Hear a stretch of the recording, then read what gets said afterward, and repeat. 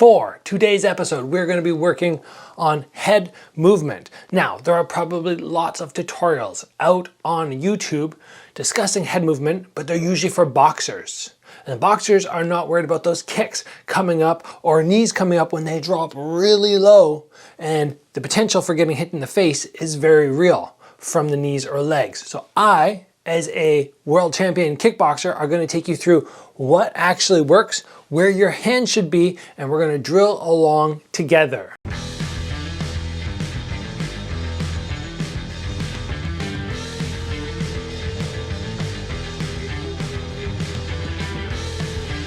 So you can think of this episode as a follow along tutorial. We're not going to go for too long. It's not going to be like 40 minutes on slipping, but we are going to get a decent amount of work in, and hopefully at the end of it, you're going to understand exactly how you can start executing slipping in your fights or in training if legs are involved.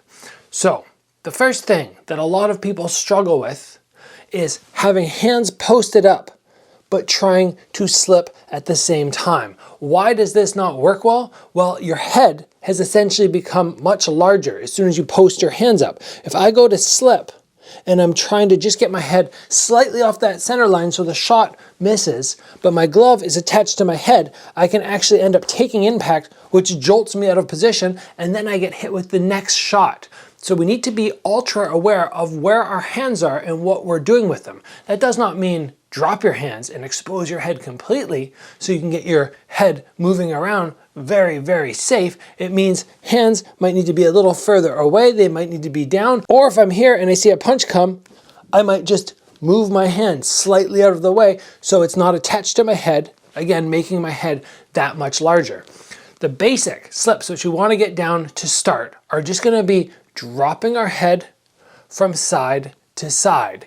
We do this by utilizing a bend through the knees, putting some weight into the glute, and at the same time I can rotate my shoulder so that when I drop to my left shoulder falls back, my right shoulder takes the lead. When I drop to my right, it's the opposite. What this does is it pushes one shoulder in front for protection, but at the same time, it gives my back arm a really good recoil so that I can unwind with it and throw the counter shot, drop, counter shot, as opposed to drop and having no real power there.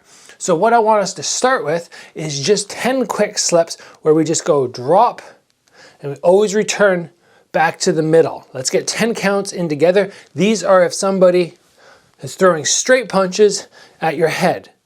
Jab comes, you move off to your right hand side. Ready? And 1, 2, 3, 4. You can put your hands back up if you want.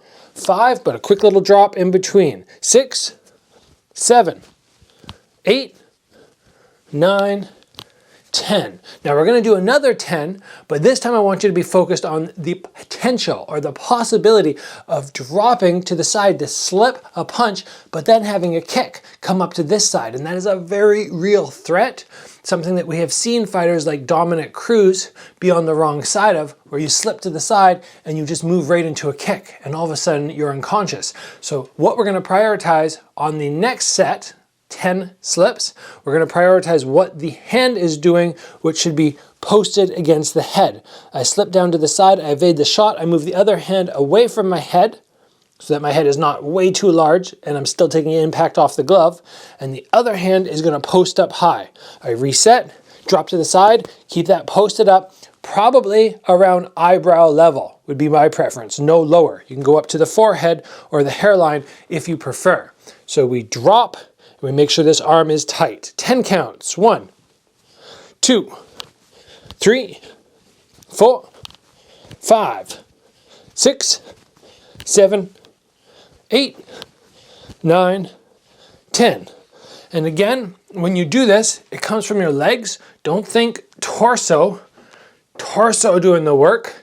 It's bending my knees and simply rotating through the body. If you get those little motions down, you remember to post your hand up and the other hand is disconnected from the head, you can do very good work evading shots with this very simple motion. Again, those are for straight punches. Now we're going to move into what happens if hooks come at your head. We don't want to just drop our weight to the side. We actively want to move away from the punching arm. So if your head is right here, as I start punching, you move away with a very similar drop to what we just did, but then you roll under and then back to where we started. So you make a little circle with your head, essentially. Down and back to where you started. Down and back to where you started.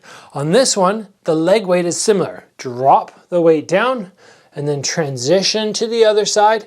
My shoulders again can do a similar rotation. As I drop, I rotate my shoulder back. I'm dropping to my right, I rotate my right shoulder back, but then as I transition under to the opposite side, I now have chambered the weight into my left arm, which is pulled behind, so that I have the counter shot. If I want to slip the opposite direction, I drop, I rotate as I chamber under the punch, and then I can come out with my shot. So we'll very slowly, for the moment, just go all the way around one way, and then all the way around the other way.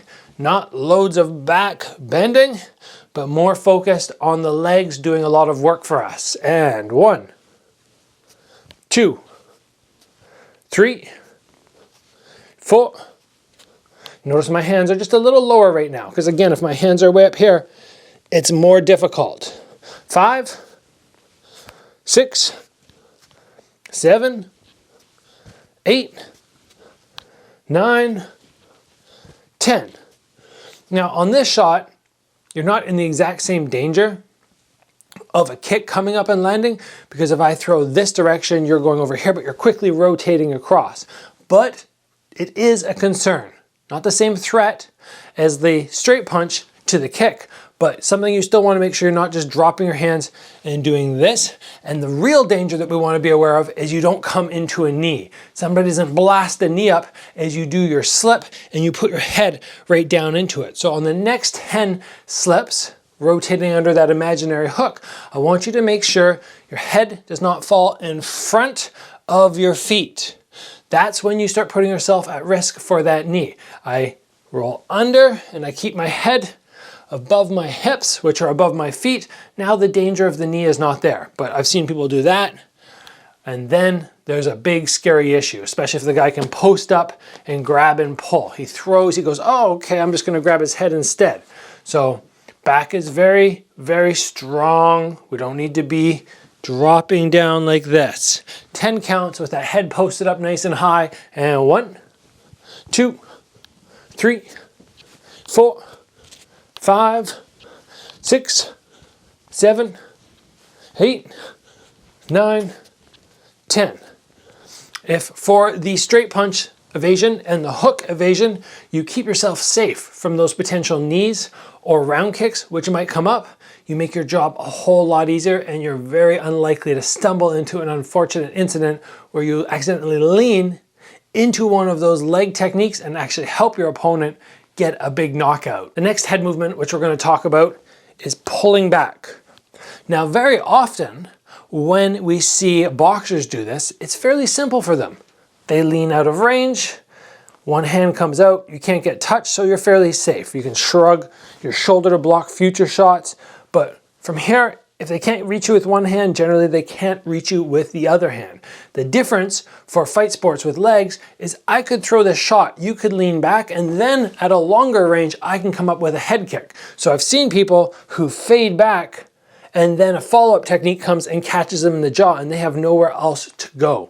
So we need to be very careful that when we lean backwards, we have this shoulder high and this hand high on the outside to make sure we're protecting ourselves from those potential kicks. We don't want to just do this and leave our chin nice and high where a kick might come and just lay us out cold. So we're going to tip our weight backwards, partially by shifting the weight to the back leg, put more of a majority of the weight there, but also by just pushing our hips forward a little bit. When I push my hips forward, my head can naturally lean back a little bit and I can create a little bit more distance, but I'm going to do that while pulling the shoulder up and having the other hand high. Let's do 5 counts slow like that. 1, and we get right back high as fast as we can.